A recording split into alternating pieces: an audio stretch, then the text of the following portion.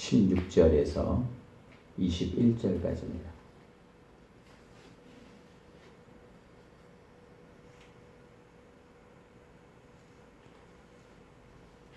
고린도전서 4장 16절부터 마지막 절까지 한 절씩 교독을 하겠습니다.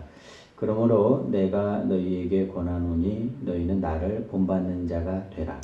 이로 말미암아 내가 주 안에서 내 사랑하고 신실한 아들 디모데를 너희에게 보내었으니 그가 너희로 하여금 그리스도 예수 안에서 나의 행사 곧 내가 각 교회에서 가르치는 것을 생각나게 하리라. 어떤 이들은 내가 너희에게 나아가지 아니할 것 같이 스스로 교만해졌으나 주께서 허락하시면 내가 너희에게 속히 나아가서 교만한 자들의 말이 아니라 오직 그 능력을 알아보겠으니 하나님의 나라는 말에 있지 아니하고 오직 능력에 있습니다.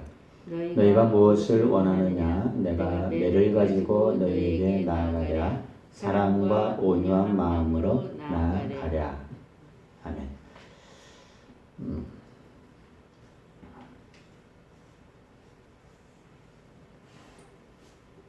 프랑스에 살고 있는 그 93살의 할아버지가 코로나19에 감염이 되어서 병원에 이송이 되었습니다.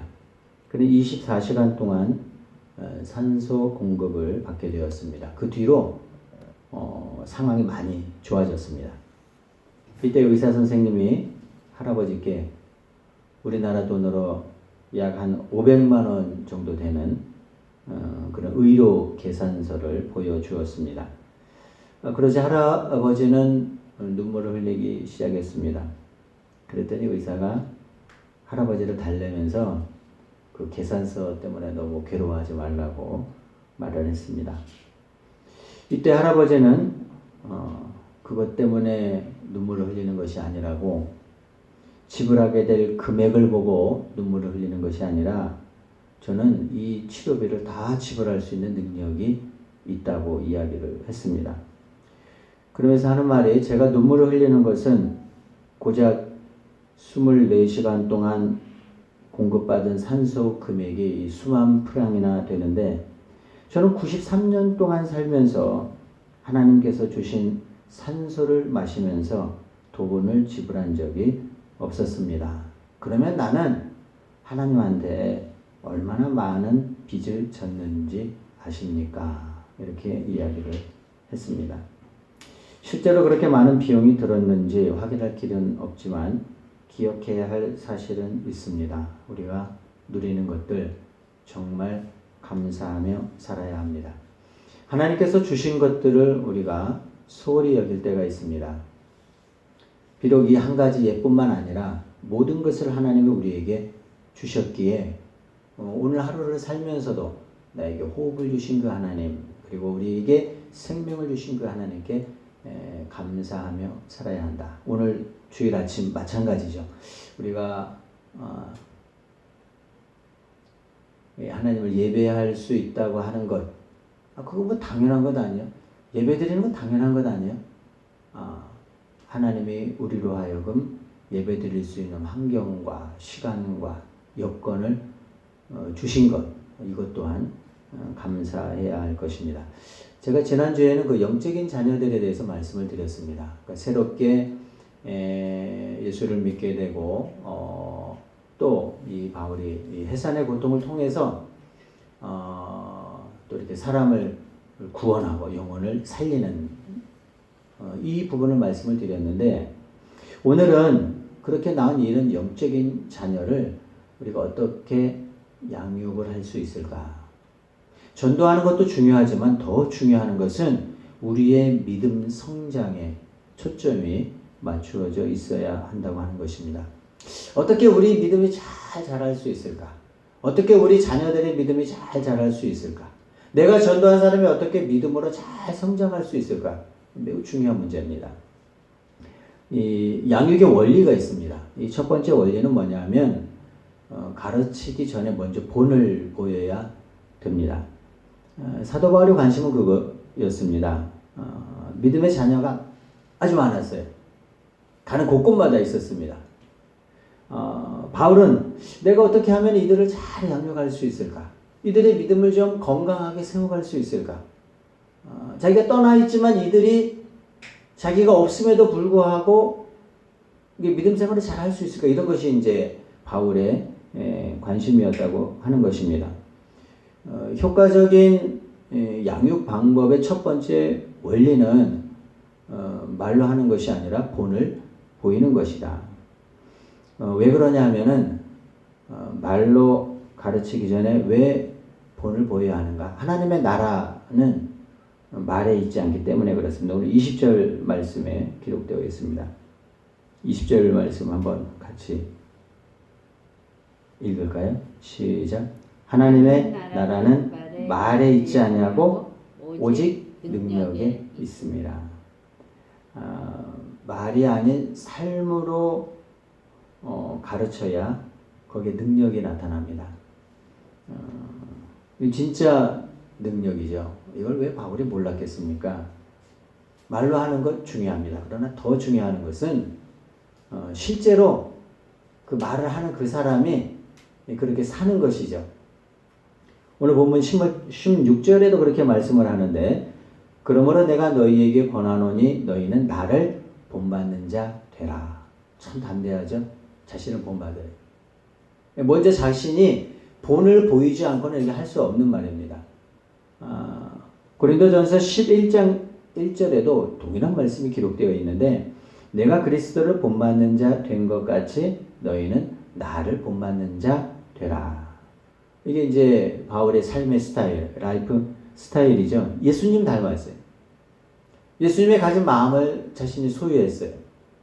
예수님의 성품을 닮으려고 무척 노력했고 완전하지는 않지만 바울의 성품 속에는 그 예수님의 성품을 볼 수가 있어요. 그러니까 바울이 이야기합니다. 자신을 본받으라고 이야기합니다. 자신이 본이 되지 못했다면 결코 할 수 없는 말이었을 것입니다. 그래서 본을 보이는 것은 말을 하는 것보다 더 중요합니다. 참 이런 부분에 있어서는 저도 조심스럽습니다. 제가 전에 한번 말씀을 드렸는데 소망교회를 담임하시는 김지철 목사님 말씀을 전하시다가 그러더라고요. 이 리모컨이 없는 시절에 애들한테 어렸을 때 텔레비전을 끄고 오라 그러면은 애들이 가더니 발로 끈대요, 발로. 그래서 이제 애들이 왜 그럴까 곰곰이 생각해 봤더니 자기가 그랬다는 거예요. 자기가 발로 끄고 계속 몇 번을 그게 습관처럼 하는 것을 아이들은요 계속 보고 있었다고 하는 거죠. 아이들은 시킨 대로 행동하는 것이 아니라 본대로 행동합니다. 그래서 우리가 다른 사람을 양육을 한다. 중요한 일이죠. 그러나 더 중요한 것이 있습니다. 내 자신이 먼저 믿음 위에 또 말씀 위에 서는 것이 더 중요합니다.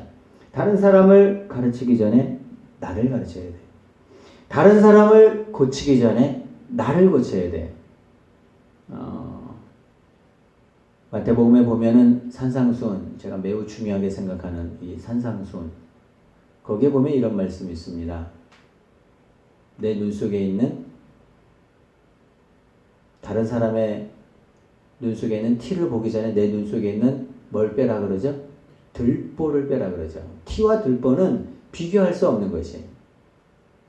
나 자신을 하나님 앞에 바로 세우지 않고서 다른 사람을 양육한다고 하는 것은 매우 어려운 일입니다. 그 사람 반드시 실패합니다. 왜냐하면 사람들은 나의 말이 아니라 나의 행동을 보고 따라하기 때문에 그렇습니다. 이런 재밌는 이야기가 있어요. 설탕을 너무 좋아하는 한 아이가 있었습니다. 여러분 설탕 좋아하세요? 그런데 설탕을 너무 많이 먹게 되면 이도 썩을 뿐만 아니라 위에도 좋지 않은 영향을 주게 되죠. 이것을 잘 아는 어머니가 말립니다. 설탕을 먹지 못하게. 아이들이 말을 듣습니까? 안 듣습니다. 그래도 계속 설탕을 먹어요. 생각다 못한 이 어머니가 내 힘으로는 이 아이를 고칠 수 없겠다. 이런 결론에 도달해서 훌륭한 선생님을 찾았습니다. 그리고 그 훌륭한 선생님께 이 아이를 데리고 갔어요. 선생님, 우리 아이가 설탕을 너무 좋아하는데 설탕을 끊도록 말씀 좀 해 주시기 바랍니다. 그랬더니 선생님 하시는 말씀이 아이에게 이야기합니다. 이제 가거라. 그리고 보름 후에 오거라. 보름 후에 이 어머니와 아들이 다시 선생님께 갔습니다. 그랬더니 선생님이 아무런 말씀도 안 하시고 딱 한마디만 하시는 거예요. 또 가거라. 또 보름 후에 오너라. 이제 보름이 지났어요. 어머니는 보름 후에 아들을 데리고 선생님께 갔습니다. 그랬더니 선생님이 말씀을 하는 거예요. 아들아, 설탕을 끊어라.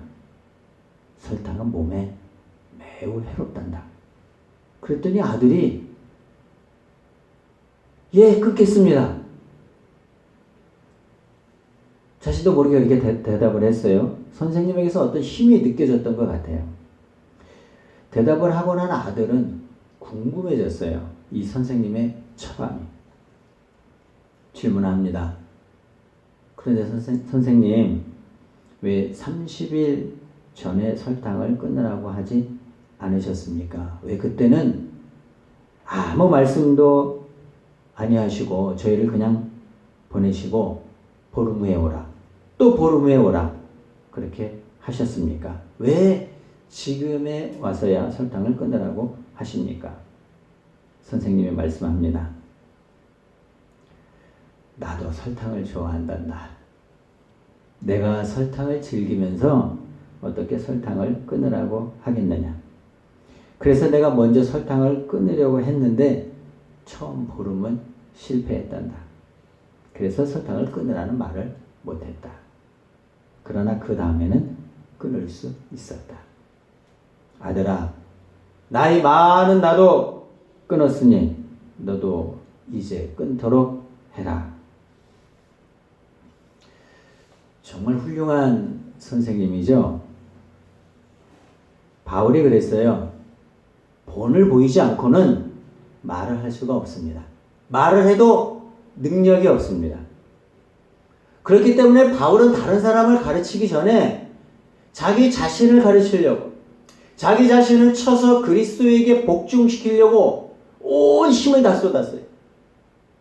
믿음으로 살려고 몸부림쳤고, 말씀대로 살려고 몸부림쳤고, 육체를 쳐서 복종시키려고 노력을 했어요. 왜 그랬을까요? 남을 가르치는 것보다 자신이 하나님 앞에 바로 서는 것이 더 중요했기 때문에 그렇습니다. 이제 바울은 하나님 안에서 경건하게 사는 법을 배웠고, 누가 뭐래도 믿음으로 사는 법을 배웠어요. 그 다음에 말을 합니다. 너희는 나를 본받으라. 어떻게 이렇게 당당하게 말할 수 있을까? 저도 매우 의심스러워요. 저는 이 앞에 서서 여러분은 나를 본받으십시오. 제가 이렇게 말을 할 수 있을까? 좀 생각을 해봐야 돼요. 생각을. 왜 바울이 그렇게 자기 자신을 그리스도에게 드리려고 그렇게 헌신했을까? 왜 그렇게 몸부림쳤을까? 바울은 자기 자신 혼자만의 삶이 아니었어요. 바울이 바로 서야 믿음으로 전도한 그 사람이 바로 세워줄 수가 있고, 내가 믿음으로 바로 서야 내 주변에 있는 수많은 그리스도인들이 세워줄 수 있다는 것을 알았다고 하는 거죠. 왜 그렇게 믿음 안에서 살려고 몸부림쳤을까? 이유는 간단합니다. 바울이 서야 이 세상에 그리스도의 나라가 오기 때문에 그렇습니다. 작은 한 사람의 몸짓이 얼마나 큰 영향력을 행사할 수 있는가? 무섭습니다. 내가 믿음으로 바로 서게 되면 교회가 새롭게 되는 것은 시간 문제예요. 내가 믿음 위에 서게 되면 내 남편과 내 아내와 내 자녀는 자동으로 믿음으로 서게 되어 있습니다. 아이들한테 성경을 읽어라. 아이들이 성경을 읽던가요? 기도해라. 기도 좀. 기도해라. 기도하던가요? 그냥 내가 성경을 펼쳐놓고 읽으면 되는 거예요. 내가 그냥 하나님 앞에 엎드리면 되는 거예요. 그러면 어떻게 해요? 따라오게 되어 있습니다. 바울의 관심은 바로 이것입니다. 오늘 메시지 핵심은 바울이 지금 누구를 가르치기보다는 먼저 자신이 그리스도 안에서 경건한 자로 하나님을 섬기는 열정적인 사람으로 거듭났어요. 그 다음에 말을 합니다. 이제 여러분도 그렇게 하십시오.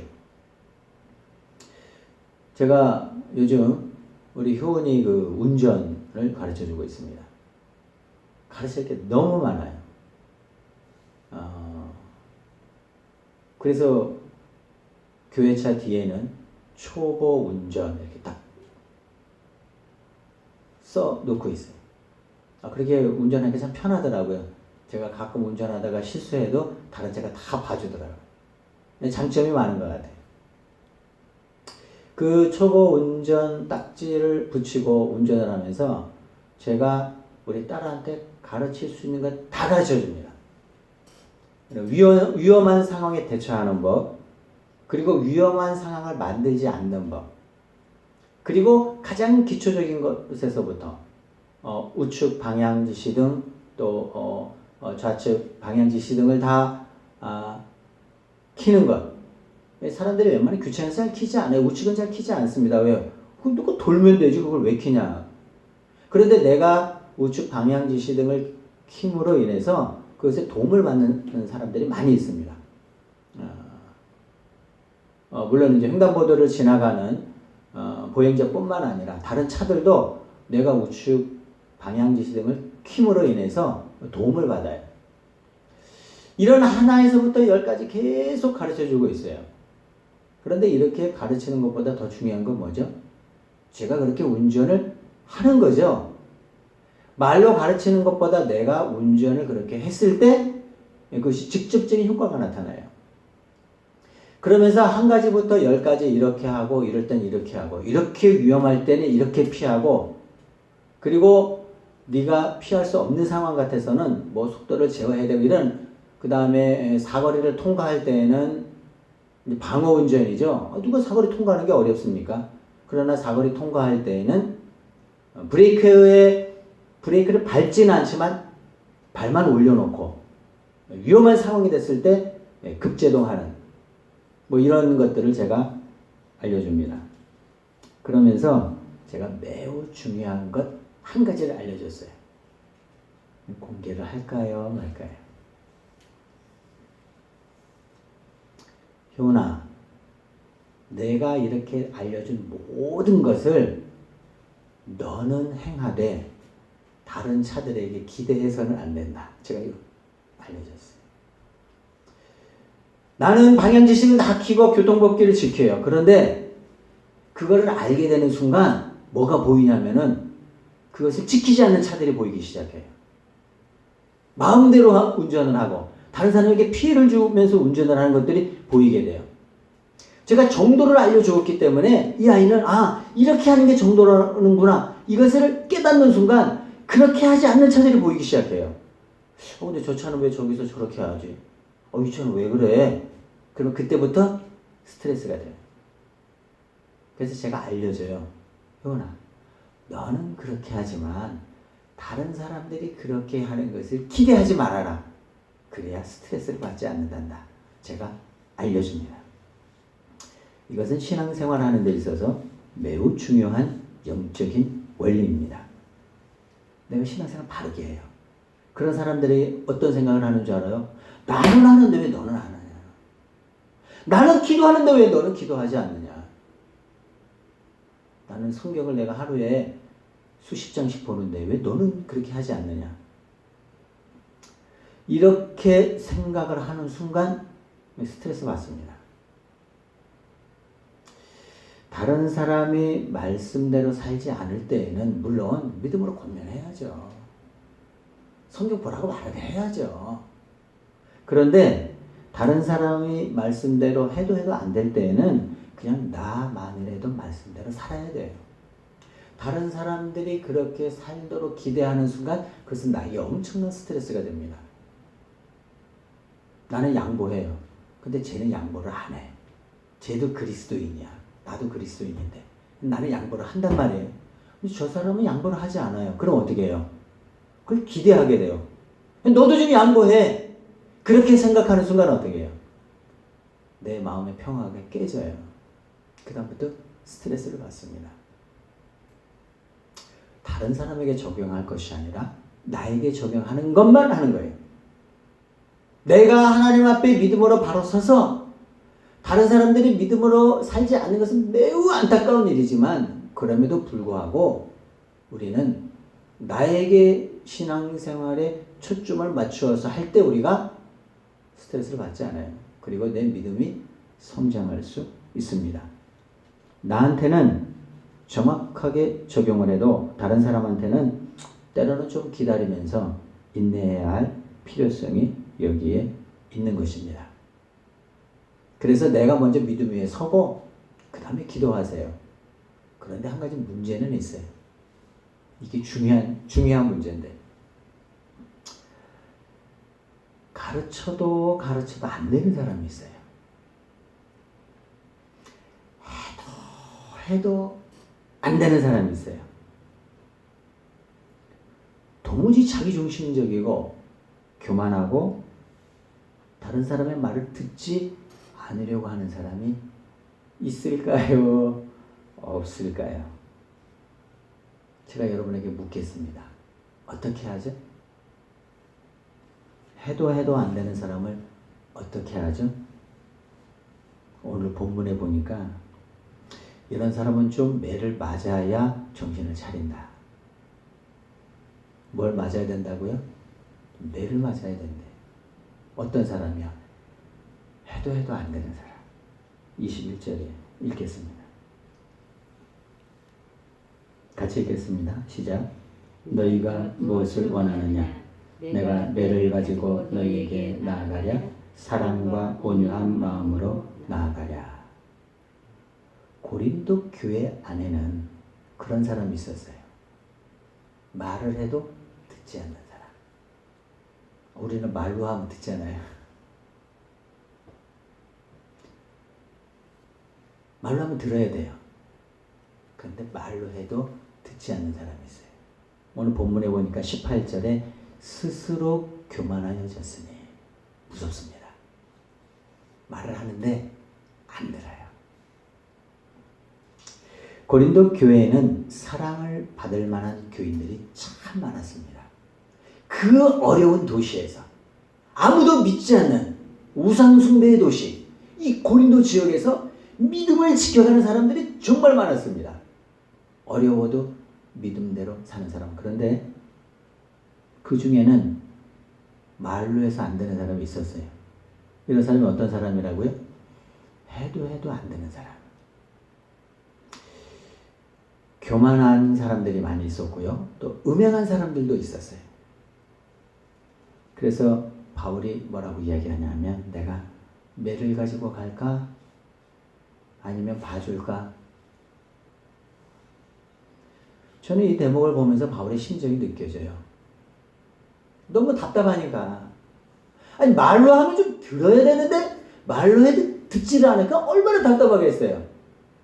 지금 여기는 굉장히 신사적으로 말을 하고 있어요. 내가 매를 가지고 나아가랴? 너희에게 나아가랴? 내가 사랑과 온유한 마음으로 나아가랴? 이렇게 말은 하고 있지만 어떻게 했어요? 정말 말로 해서 안 되는 사람은 그냥 매를 들고 싶은, 해도 안 되는 사람은 어떻게 해요? 정말 매를 가지고 가서 그냥 회초리를 가지고 때리고 싶은 그런 마음이 여기 있나요? 없나요? 성경에는 그럼 이 매에 대해서 뭐라고 이야기하고 있냐면 이렇게 이야기를 합니다. 잠언에 보니까 잠언 13장에 매를 아끼는 자는 그의 자식을 미워함이라. 자식을 사랑하는 자는 근실이 징계하느니라. 그런데 뭐 무작정 아이를 때리면 안 되겠죠. 그 때리는 그 원리가 있어요. 때리는 원칙 하나는 뭐냐 하면 내가 화가 났을 때는 매를 들면 안 돼요. 감정이 누그러지고 안정을 되찾았을 때 그때 매를 들어야 되는 거죠. 내 감정이 상해 있을 때 매를 들면 그때는 어떻게 해요? 그 매가 아니라 화풀이밖에 되지 않아요. 충주에 있는 한 교회 이야기인데 그 교회 안수 집사님이 병원을 하는 원장님이에요. 그런데 이 원장님이 교회를 얼마나 잘 섬기는지 몰라요. 교회에서 부흥회를 한다 그러면은 그 직원들 중에서 또 크리스찬들이 있을 거 아니에요. 그럼 같이 권면해서 함께 이 부흥회를 참석을 하는 아주 신실한 안수 집사님이에요. 근데 이 안수 집사님은 신앙생활에 모토가 있대요. 그것이 뭐냐면 무슨 일이 있어도 주의를 지킨다. 주의를 지키는 신앙이죠. 이분이 이런 신앙을 갖게 된 사건이 있었다고 해요. 어렸을 때 친구들과 재밌게 놀다가 친구들 만나면 잠깐 만나려고 했는데 아마 그게 좀 길어졌던 것 같아요. 주일 예배를 빠뜨렸습니다. 집에 갔더니 이 낌새를 알아차린 할아버지가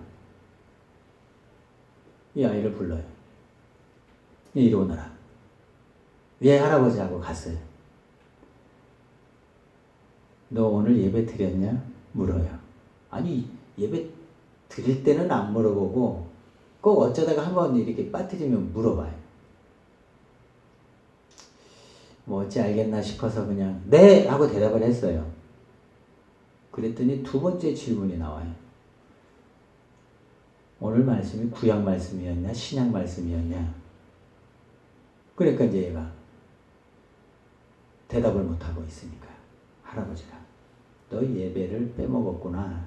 그냥 모르겠어요. 애들 딱 말하는 것만 봐도 다 알죠. 예. 애들 만날 일이 잠깐 만나고 오려고 했는데 만나다 보니까 노는데 정신이 팔려서 이렇게 빼먹었습니다. 할아버지께서 너 매를 가지고 와라. 매를 가지고 가니까 종아리 걷어라. 종아리를 걷었어요. 그래서 이 할아버지가 매를 드는데 너는 주의를 범한 놈이다. 그래서 매우 아프게 내리칩니다. 할아버지 너무 아파요. 소용이 없어요. 또 내리치고 또 내리치고. 얼마나 맞았는지 모른대요. 그 뒤로는 주의를 한 번도 빼먹지 않았대요. 그분의 간증이에요.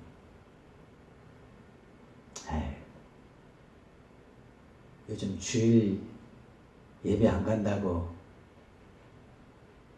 이렇게 하는 부모가 어디 있나요?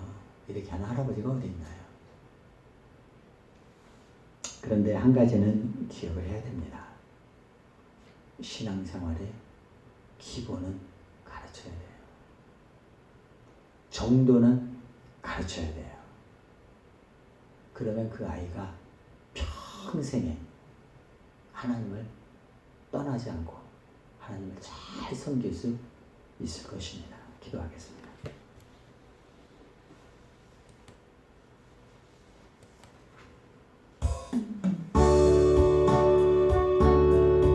제가 두 가지를 말씀을 드렸습니다. 한 가지는 내가 믿음 위에 바로 서기를 위해서 우리가 기도해야 되고 본을 보여야 되고 그 다음에 가르치는 거예요.